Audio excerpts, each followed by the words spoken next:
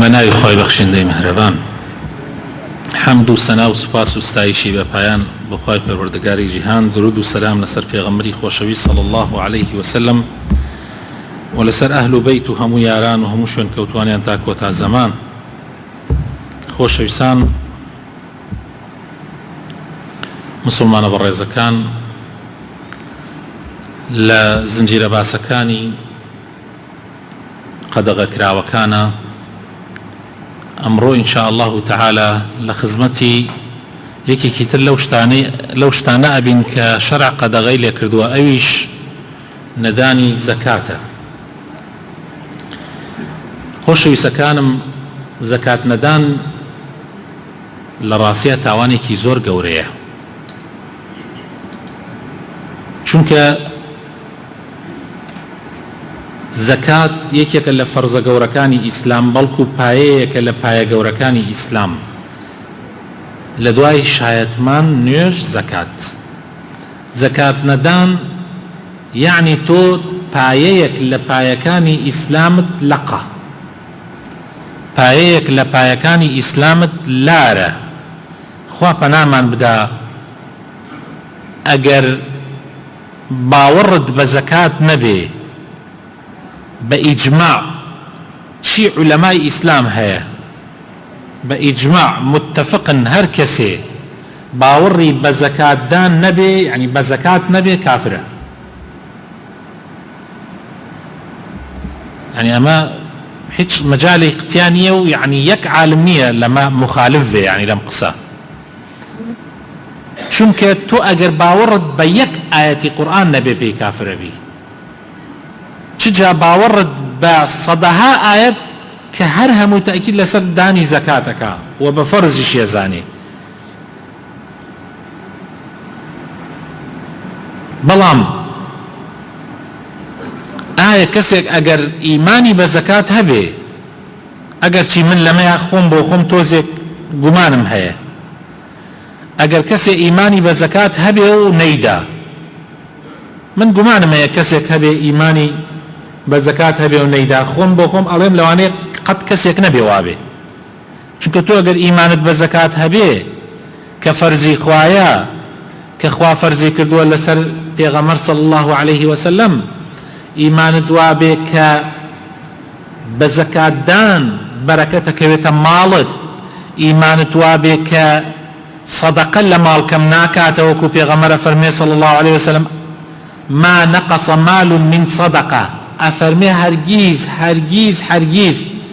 ماڵ بە زەکاتدان کەم ناکا. ئەگەر تۆ ئیمانت بەمە هەبێ کە بەرەکەت ئەکەوێتە ماڵ و سامانتەوە لەبەرەوەی زەکات خۆی بۆ خۆی، یعنی النمو والطهارة، واتە گەشەکردن و پاککردنەوە. یعنی تۆ قەنەعەتت وابێ کە پارەکەت گەشە ئەکا، نفست پاک ئەبێتەوە، دەروونت پاک ئەبێتەوە، کیبر لە دڵتا نامێنێ، هەستەکەی کە کۆمەڵی خەڵکەیە حەقیان هاتە سەر تۆ، هەستەکەی کە تۆ عەبدی خوای. ئەگەر تۆ ئەم ئیمانت هەبێ، ئەڕۆی زەکات نادەی، جێی گومانە. بەڵام لەگەڵ ئەوەشە هەندێک زانایان وتویانە ئەگەر کەسێک هەبێ باوەڕی بە زەکات هەبێ و نەیدا، لە گوناحە هەرە گەورەکانی کردووە، لە گوناحە هەرە گەورەکانی کردووە کە کەبائیرە، و خوا پەنامان بدا کۆمەڵێکیانیش ئەڵێن ئینسانی پێ کافرە بێ. یعنی قەزدمان ئەگەر باوەڕیشی پێی هەبێ و نەیشیدا، ئەوە وتمان ئەگەر باوەڕی پێی نەبێ هەموویان ئەڵێن کافرە بێ. بەڵام ئەگەر باوەڕی پێی هەبێ و نەیدا، زانایان متفقن کە کەبائیرە، متفقن کە گوناحە گەورەکانە، بەس لەوەیە خلافیان هەیە، کۆمەڵێکیان ئەڵێن کافر ئەبێ، کۆمەڵێکیان ئەڵێن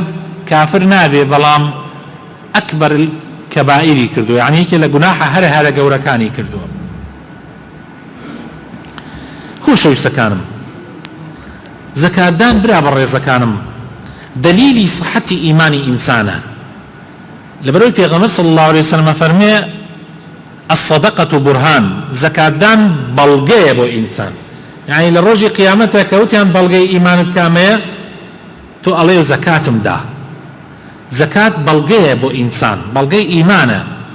زەکات خاوەنەکەی پاکەکاتەوە لە هەموو ئەخلاقێکی ناشرین وەکو ڕەزیلی وەکو پیسکەیی و لە گوناحەکان ئەبێتە مای کەفارەتی گوناحەکانی و لە عقوبەی گوناحەکانی بە دووری ئەگرێ چونکە پێغەمبەری خوای گەورە لە قورئانە بە پێغەمبەر ئەفەرمێ صلی الله عليه وسلم خذ من أموالهم أي محمد صلى الله عليه وسلم لسورة التوبة آياتي 103 خذ من أموالهم لماري مسلمانان وربقرتي صدقة زكاتك صدقيك تطهرهم باكيان كاتوا وتزكيهم بها سروة سامانكيان باكاتوا درونشان باكاتوا براين ايمە زۆر پێویستمان بە دەروونمان هەیە پاکیکەینەوە خۆشەویستەکانم پێغەمبەر صلی الله عليه وسلم یەکێ لە ئیشە گەورەکانی پاکردنەوەی دەروونە تصفیە خوای تعالی ئەفەرمێ هو الذي بعث في الأميين رسولا منهم يتلو عليهم آياته ويزكيهم يعني ئیشە لە ئیشەکانی پێغەمبەر صلی الله عليه وسلم دوای ئەوەی کە قورئان و حەدیث بۆ ئێمە باز بکە ئیشی وەیە پاکمان کاتەوە پێغەمبەر هاتووە صلی الله عليه وسلم دەروونمان پاک کاتەوە لە دەیەها و سەدەها نەخۆشی ئەزانن ئینسان چەندین نەخۆشی ها لە دەرونیە وەکو بۆ نمونە وەکو نیفاق یعنی دووڕووی پیسکەیی ڕەزیلی ڕووپامایی سەدەها نەخۆشی درۆ وانییە بێوەفایی نەخۆشیەکی زۆر لە گیانی ئینسانە هەیە لە دڵی ئینسانە هەیە پێغەمبەر صلی الله عليه وسلم و دینەکەی ئیسلام هاتووە ئەو نەخۆشیانە پاک کاتەوە دڵی ئینسان داڕنیە لە شتە پیسەکان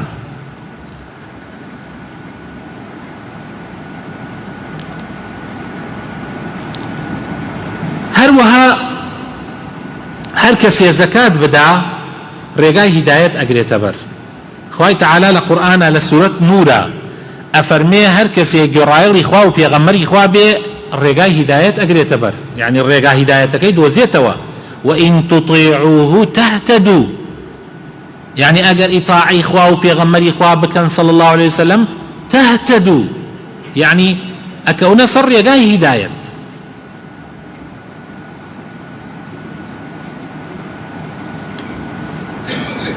زەکاتدان خۆشەویستەکانم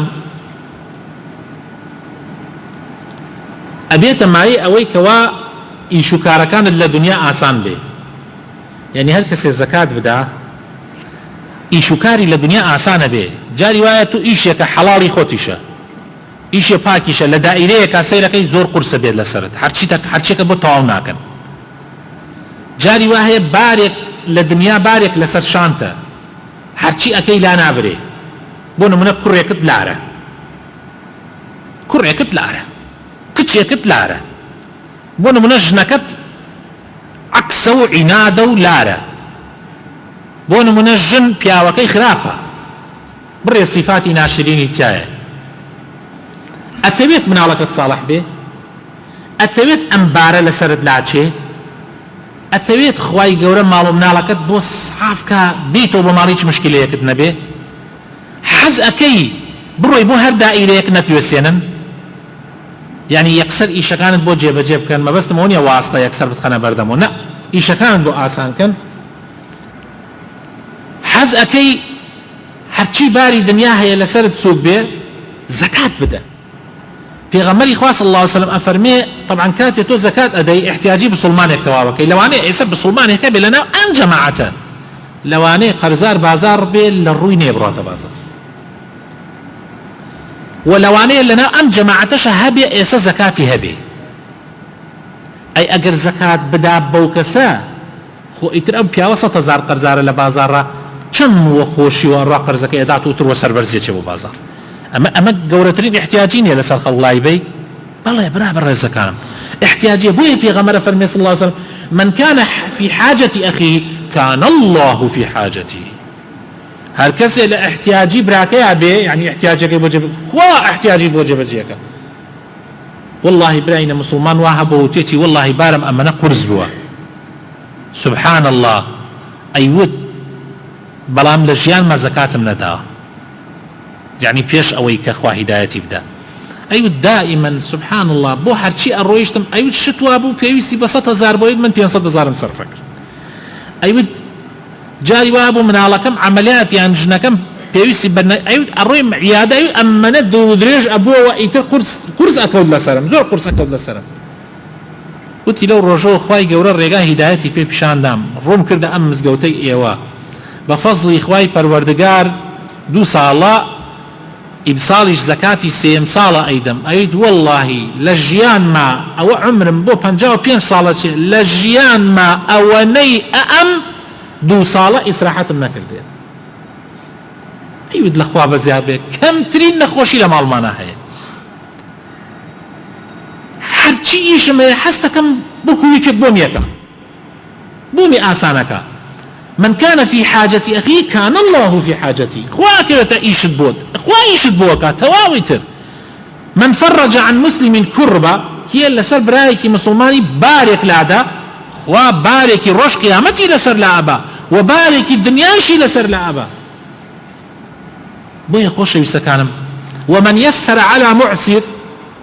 كسيك قرصة الدنيا لسري قرصة معسر يعني كسيك باري قرصة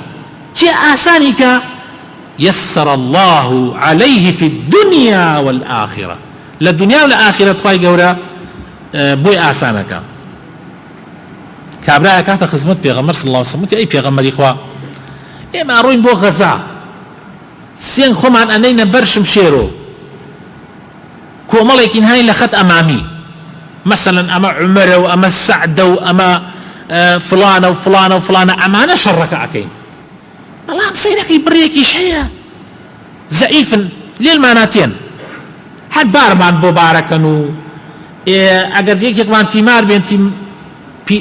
برین پێچێکەن و یعنی ئەم ئیشانە ئەکەن ئەی معقولە دوای ئەوە کاتێک دەستکەوتێکمان دەسەکەوێت ئەوانیش وەل ئێمەیان بەشیان بکەوێ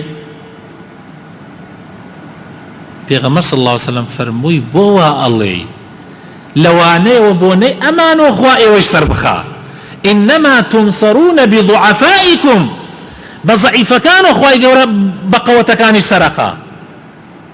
يعني خوا بهوي بريك فقير وهجار وإسلام سرقا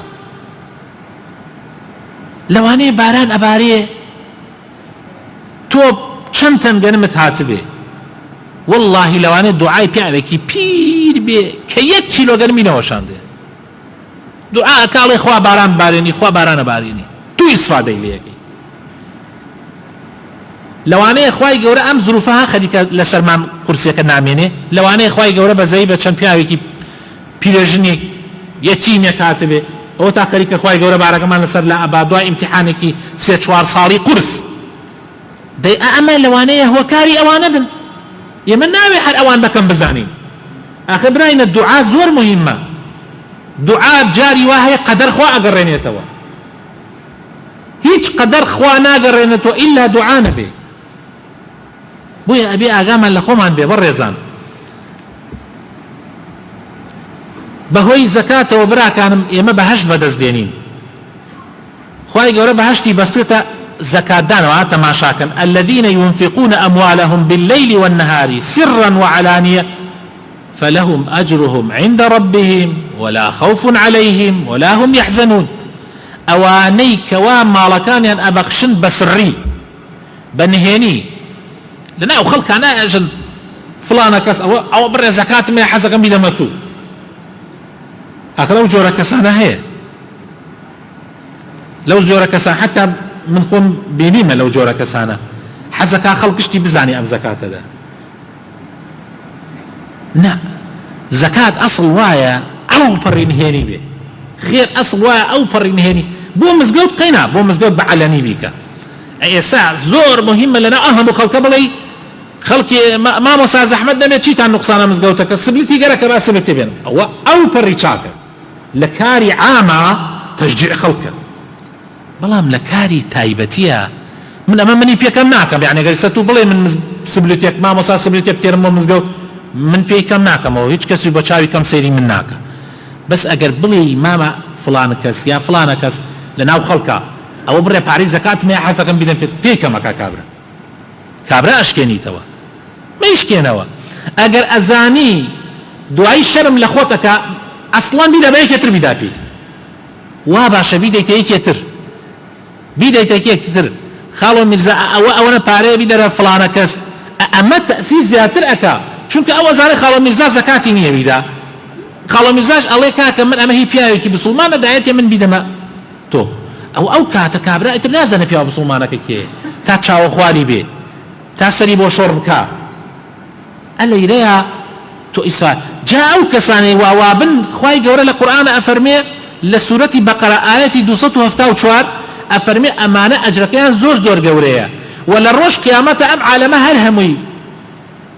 خەریکە زیڕاکە طبعا ڕۆژ قیامەت وڵڵی ڕۆژ قیامەت زۆر زۆر سام ناکە ڕۆژ قیامەت هەتا تەنانەت پێغەمبەرەکانیش ئەترسن ڕۆژ قیامەت ئەولیا و پیاوچاکان هەر هەمووی خەریکە زیڕاکە ڕۆژێکە 50,000 ساڵ دوورەکەیەتی خۆر 1 میل لە ئینسانۆ دوورە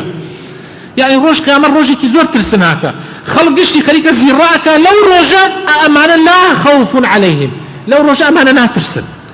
لەبەر ئەوەی سەربەرزن لەبەر ئەوەی ئەزانن کارێکیان کردووە لە لای خوای تەعالا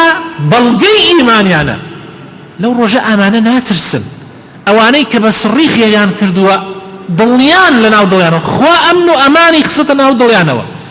لەو ڕۆژە ترسیان لەسەر نییە ئەمانە لا خوف عەلەیهم ولا هم يحزنون غەمباریش نابن غەمبار نین لەو ڕۆژە زۆر مهمە بەڕێزان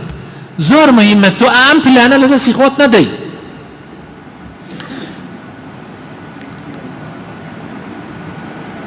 زەکات ئەبێتە مایە ئەوەی کەوا خوا ڕەحمەت ببارێنێ بەسەر ماڵ و بەسەر خۆت و بەسەر ماڵ و بەسەر مناڵتیشە گوێ بگرن لەم ئاەتە و لەم حەدیسەی پێغەمبەر صلی الله عليه وسلم وأقيموا الصلاة وآتوا الزكاة وأطيعوا الله وأطيعوا الرسول لعلكم ترحمون هيسيك نوش زكاة إطاعي رسولي خوا بكن يرايلي ببن تاخوا رحمتان بيبكا ورحمتي أو سورة نور بو أما كان سورة عرافة ورحمتي وسعت كل شيء خواهي قرأ فإن رحمتي منها موش ديكي قرتوتو تنانت كافران بالرحمة خواها ناسادا برينا كافر بالرحمة خواها ناسادا بالرحمة خوا أيلي أو بخواتو نان بخوا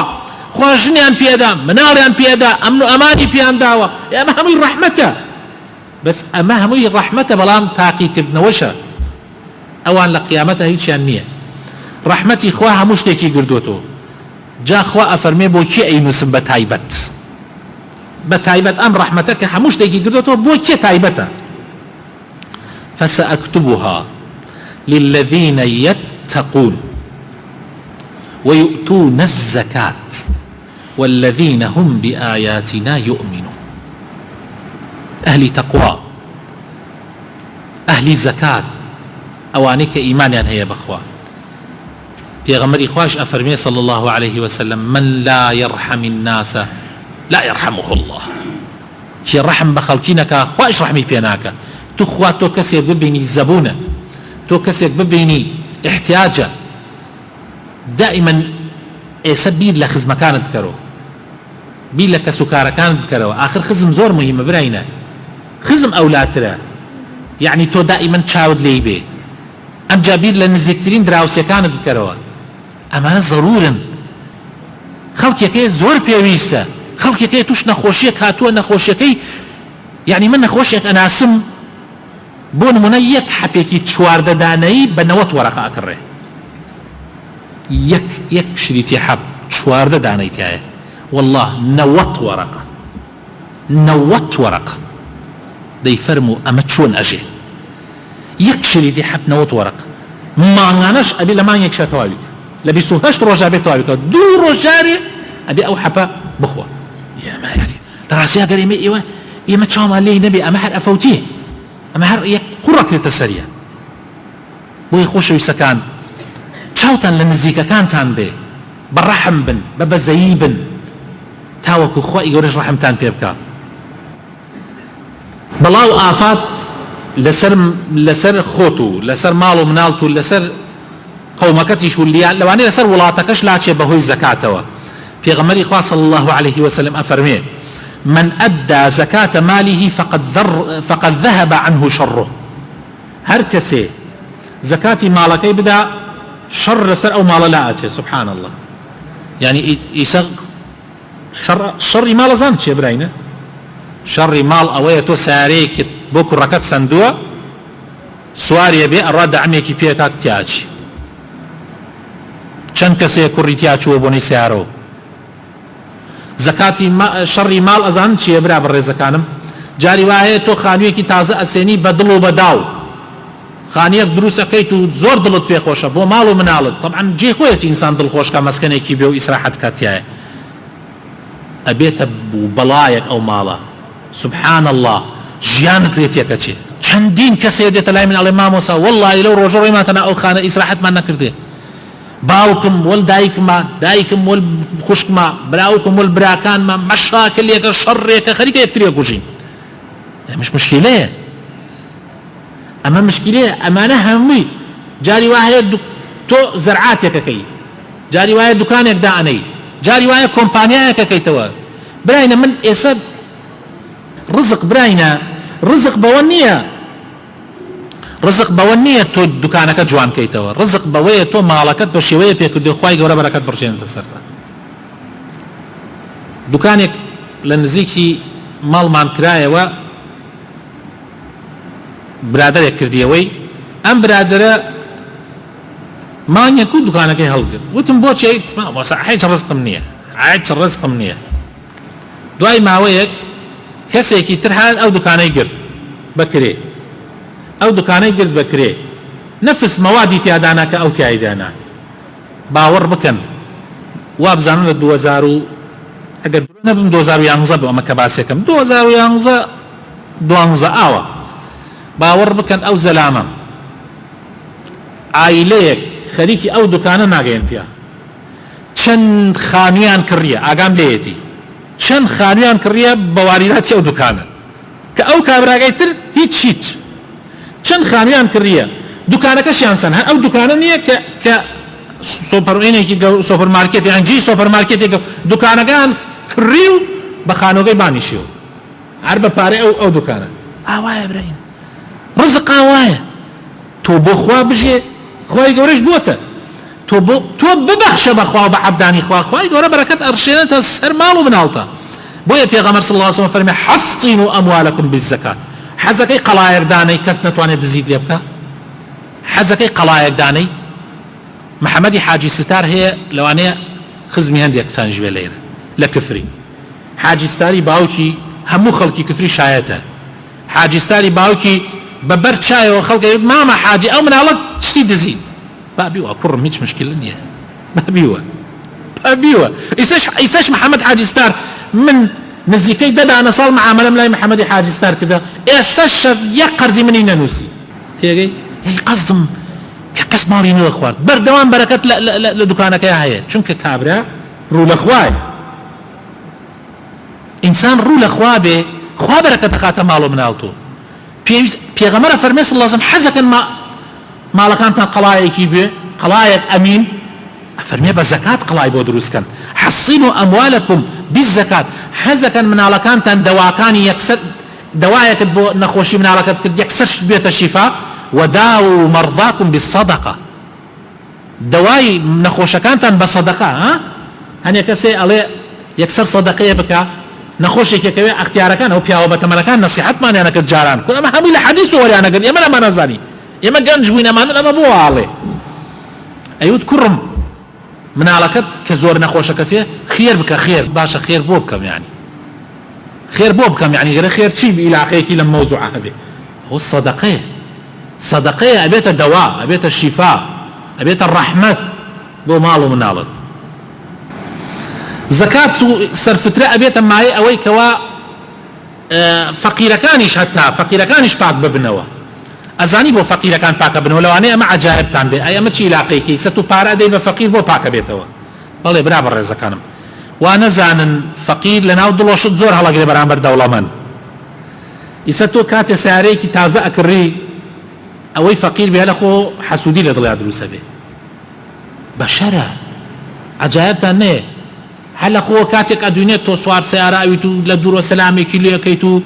هەنێک تەسەڕوفاتت هەیە ئەیکەیت و کاکە ژن بۆ مناڵتە تێری تو خانووی تازە بۆ مناڵەکەی تو خانووی ئەوەی کە لە پاڵتە نان نییە بیخوا طبعا قین لە دڵ هەڵەگرێ بغز هەڵەگرێ حەسوودی هەڵەگرێ لە ناو دڵ هەلە خۆ یعنی بڕێشتی تا دروستە بێ بەس تۆ ئەگە بۆ ئەوەی ئەوانە نێلێ لە دڵ ئەوە لە گشت ڕەمەزانێکا تۆ بڕێ پارەی پێ ئەدەی ماوەی جارێک مەسەلەن ئەڕۆیتە بازار شتێ بۆ خۆتە تێری لەمەین 2-3 هەفتە جارێکە عەلاگەیەک 5 کیلۆ شت بۆ خۆت تێری 2 کیلۆش بۆ ئەوانەکەتە ناو عەلاگەیەک و هەر ئاوا دوای مەغریبی ئاوا لە سیارەکەدا یەکدوی دەرگاوی دەیتە دەست مناڵێکیانەوە جارجاریان ئەمە با بزانی هیچ لە دڵ ئەو کەسە نامێنێ بەرهەمت بێت ئیتر لە ئیسەوەدا بەقسەت ئەکا ڕێزت لێ ئەگرێت دائیمەن ئەو کەسانەی کە چاکە زۆرەکەن خەڵک زۆر خۆشیانی گەرەکە خەڵک هیچ حەسوودیەکی پێیان نییە برە ئەو دەوڵەمەنانەی کە لەم شارە ئەو دەوڵەمەنانەی کە لەم شارە زەکاتیان هەیە و خێر ئەکەن و بۆ مزگەوت بۆ خەڵک بۆ سێ کەبزان کەس حەسوودیان پێ بە با قەسریشان بێ با سیارەی ئاخر مۆدێلێشان بێ با لە جاتی ژنێ 4 ژنیشان بێ با لە جاتی کوڕێ 20 کوڕیان بێ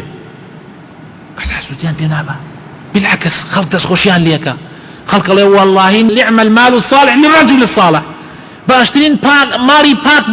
بۆ کەسی چاک و پاک بۆ کەسێکە کە خۆی پیاوێکی باش بێ بۆیە خۆشەویستەکانم زۆر مهمە ئەمانە داواکارم خوای گەورە ئیسلاحمان بکات خوای گەورە لەو کەسانەمان نەگێڕێکەوە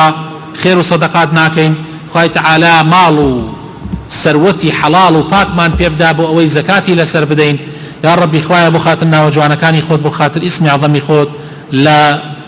هەموو بەڵاو مصیبەتێک بە دوورمان بگرە لە مناڵی خراپ و عائلەی خراپ بە دوورمان بگرە یا رب العالمین خوایە ماڵ و مناڵمان صالح بکەی یا ربی خوایە ڕەحمە دایک و باوک و برا و خوشک و کەسوکارەکانمان بکەی یا ربی خوایە وڵاتەکەمان لە هەموو بەڵاو مصیبەتێک بە دوور بگری قات و قڕیمان لێ بە دوور بگری یا ربی خوایە کوردستان و عێراق و هەموو وڵاتانی تری ئیسلام بپارێزی یا ربی خوایە کاربەدەستی خراپ نەکەیتە کاربەدەستمان خوایە لە زاڵم و ستەمکارانمان پارێزی یا ربی ڕەحم بە مردوەکانمان بکەی یا ربی خوایە داوات لێکەین تاعەت و عیبادەتی مانگی ڕەمەزانمان لێ قبول بکەی ڕۆژومان لێ قبول بکەی دوعامان لێ قبول بکەی خوایە نوێژ و شەو نوێژەکانمان لێ قبول بکەی خوایە قورئان خوێندنەکانمان لێ وەربگری یا ربی خوایە یا ئیلاه العالمین یا ربی خوایە یا ربی داوات لێکەین خوایە یا ربی ڕۆسپی ڕۆژی قیامەتمان بکەی یا ربی لەو ڕۆژەی کە خەڵک ئەترسێ نەترسین خوایە لەو ڕۆژەی کەوا خەڵکی پێویست زۆر تینویانە زۆر لەناو عەرەقی خوانە گەوزێنەوە حاڵیان زۆر خراپە خوایە لەو ڕۆژەی ئێمە بماکەی بە ڕەفیقی پێغەمبەر صلی الله علیه وسلم مان گەینیتە ئەو شوێنەی کە پێغەمبەری خوا صلی الله علیه وسلم لە ئاوی کەوسەرمان پێ بەخشێ بە دەستی مبارەکی خۆی یا ربی خوایە بۆ خاتر ناوە جوانەکانت بۆ خاتر ئیسمی عەظەمی خۆت ئەوەی لە مەجلیسە دانیشت و ڕەحمی پێ بکەی یا ربی ئەومان نەخۆشە شیفای بدەی ئەومان نەخۆشی هەیە شیفای بدەی ڕەحم بە مردوەکانمان بکەی خوایە یا ربی احتیاجی محتاجەکانمان جێبەجێ بکەی ئەوەی کە ئیشی نییە ئیشی پێ ئیشی بۆ بدۆزیتەوە خوایە ئەوەی کە قەرزارە خوایە قەرزارەکانی بۆ دەفع بکەی ئەوەی نەدارە خوایە پێی ببەخشی یا رب العالمین ئەوەی کە حەز لە ژیانی هاوسەرایەتیەکە بە نەسیب بکەی ئەوەی مناڵی نییە مناڵی ساڵحی پێکەرم بکەی یا رب العالمین آمين آمين سبحان ربك رب العزة عما يصفون وسلام على المرسلين والحمد لله رب العالمين